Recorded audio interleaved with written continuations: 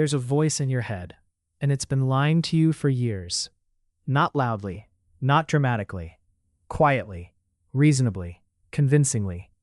It doesn't scream, it whispers. You always mess this up. You're not enough. This is just who you are. And the most dangerous part? You believed it, because it sounded like you. But here's the betrayal no one warned you about. Not every thought in your mind came from you, and not every thought deserves your agreement. So let me ask you something. If a stranger walked up to you and repeated those same lines, would you listen? Or have you been obeying a voice you never chose? You've been told your whole life, try harder, pray more, have stronger faith. But what if the problem was never your effort? What if the battlefield wasn't your circumstances, but your mind? Because the greatest battles you will ever fight will never be seen by anyone else. They happen in silence, in seconds, in thoughts that feel like truth. And here's the part most people never hear. Your brain is not designed to make you holy. It's designed to make you efficient, which means it will repeat whatever you feed it, even if it's destroying you. There's a word for this, a stronghold. Not demons flying through your room, not dramatic spiritual attacks, something far more dangerous. A thought you've repeated so many times, it became automatic. I'll never change. People always leave. God helps others, not me. At first it was just a thought, then it became a belief, then it became your identity, and now it runs without your permission.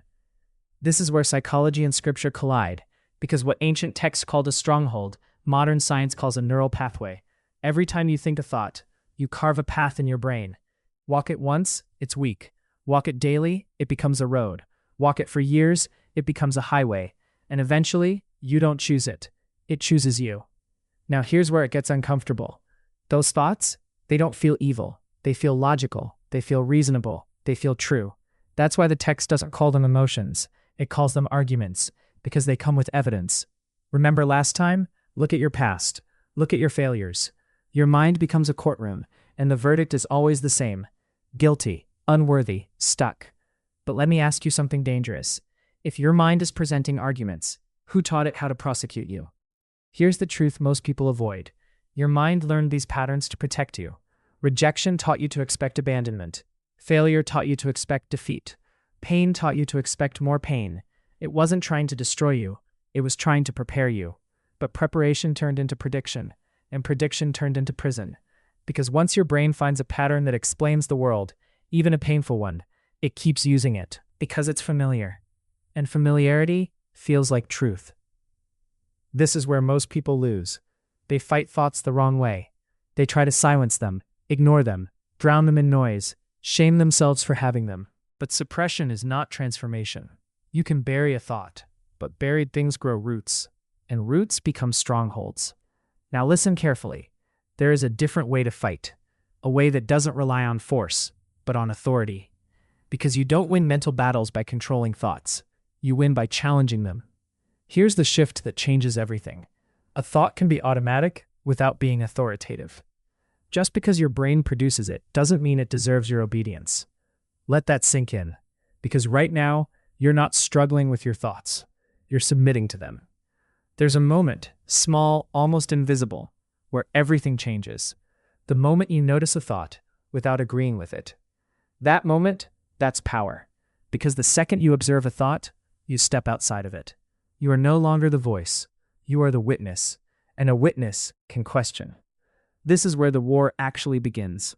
Not when the thought appears, but when you decide whether to agree. Agreement is the currency of control. Every thought you agree with gets stronger. Every thought you question starts to weaken. So let me ask you again. How many thoughts have you agreed with without ever examining them? Now imagine this. A king sits in a throne room. Every day messengers enter, bringing reports. Some are true. Some are lies. Some are distortions wrapped in truth.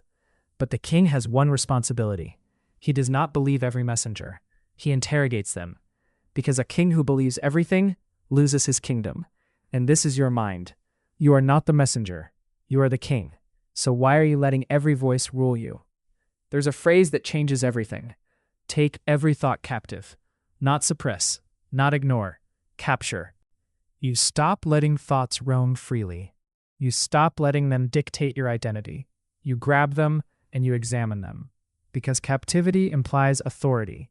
and authority requires decision. But here's the paradox. The more you try to force control over your thoughts, the more they resist. Because control isn't the first step, awareness is. You don't overpower a thought, you expose it. And exposure is where its power starts to collapse. So here's where it gets real. Right now in your life, there is one thought, one pattern that has been quietly running the show. It influences your decisions, your relationships, your confidence. It feels like truth, but what if it's just repetition? What if it's not who you are, but what you've practiced? Because that's the hidden law no one tells you.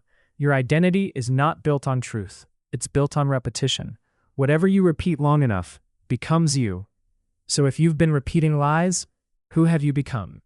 And now the question you can't avoid. If your mind can be trained to imprison you, can it be trained to set you free?